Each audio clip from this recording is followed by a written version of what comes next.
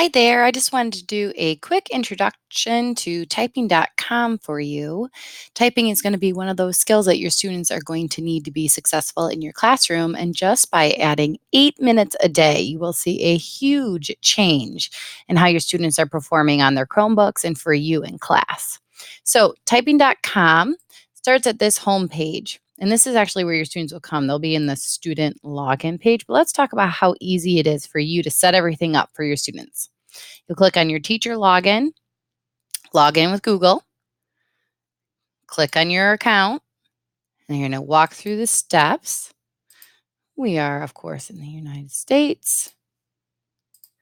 I'm going to go ahead and pick school. I agree, of course, and hit next. I'm going to go ahead and just do it with Google, so I don't have to worry about all the other extra stuff. And you're in. So let's get started. It does give you a bunch of tutorials, but I'm going to walk you through that. So you can very easily set up your class.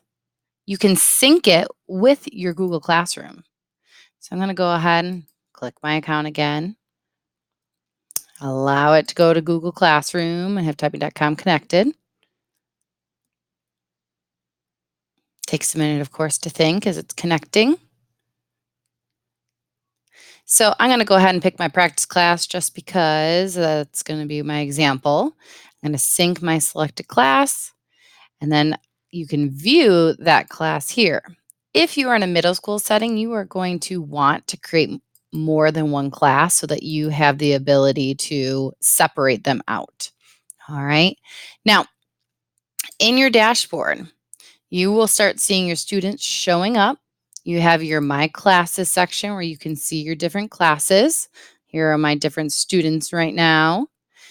It will also show some of their information as they start typing. You can see them as they work through their lessons here. You can see their practice, their typing tests. This is where I kind of keep track of their typing tests. You do have a report section where you can check out reports of your students. This is where I would go to see like their typing tests and see kind of how they've done in the most recent weeks. Now let's go ahead and go look at what your students will be looking at. So you've got your curriculums. I always start my kids in beginners. It just works out best, and it's never hurts to have a review. So you can looks like you can, oh, these are new, create custom lessons, create custom time tests. You can see their scope and sequence, their standard correlation. This will give you an overview of what they're going to be doing. There are videos for them to do, and it's showing what they're going to be doing typing it. Now, I'm going to go ahead and actually sign out and show you what the students are going to be seeing. So they would sign in using their Google account. So if the student login page, this is what I would bookmark or put on their Google Classroom. They will log in with their Google account just like normal. And they would start to see this page that's coming up. Now, this page has amazing abilities for them to customize. Yes, there are ads because it's free. They can choose under the themes section to pick a different theme, pick a different avatar, a boy or a girl, or whatever one they want to do. And these all change those backgrounds. I've got it on the car one right now. Under the lessons section, you will see that each lesson has several different sub-lessons within it. I always walk through this first one with the students. We watch the video. I'm going to skip it for now. Shows them, all right, you're going to type the letter J. So I'm going to go ahead and type the letter J. Good job, you found it. Hit enter. Now it has them type it over. And so I always do kind of a good job the first time through, and I show them these stars. My expectation has always been that they earn 3 stars on every lesson. So if the bottom of your screen, you'll see that it now is showing that I earned 3 stars for this lesson and that I need to be moving on to my second lesson. So I'm going to go ahead and hit continue. Now it says to find the F. So it's helping you find those home row keys. And now I'm going to actually show what happens if you type the wrong letter. And if you notice, it is showing up what I'm typing on my keyboard down below too. And if you notice, I only earned 1 star here. So there are a few things I tell the kids. I say, to practice. You need to do a good job. So if you're not getting it right, you need to do it again. So they can either hit redo to earn them all here. They can hit redo here, or maybe they accidentally hit continue and they're like, oh no, wait, I need to redo that one. They can also click on it here to go back. Once they've done it, go ahead and do that again. We'll do a good job this time. Maybe. So again, I would have to redo that one. I can either click here, or again, if they hit continue and they just keep moving on, eventually what happens, and notice how they're nice and lined up for this one. It's a little bit of a different lesson. They do have some variety so that the kids aren't just typing the same screen every time.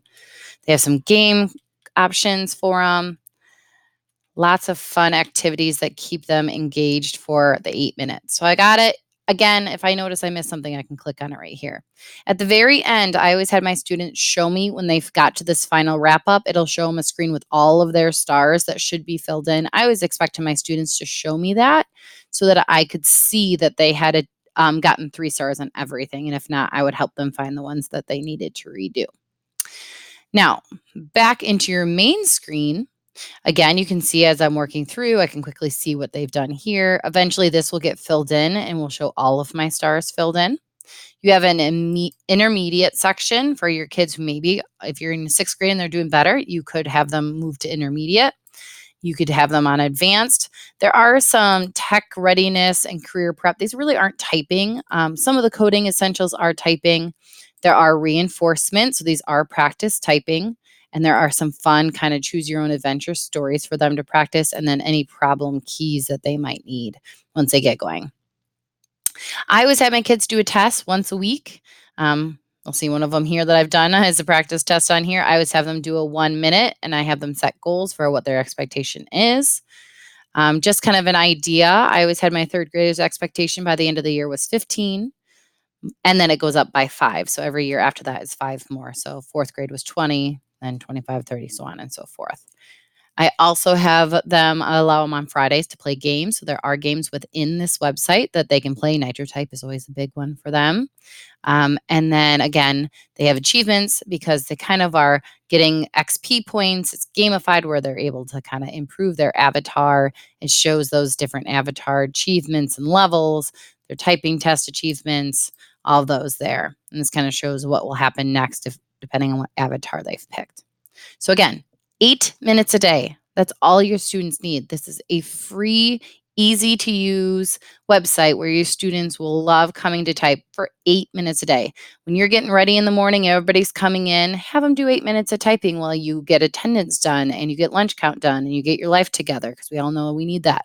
8 minutes will make a big difference. If you need any help, please reach out to Chris or I. We'd be happy to help you get all of that set up. But happy typing, get those kids going.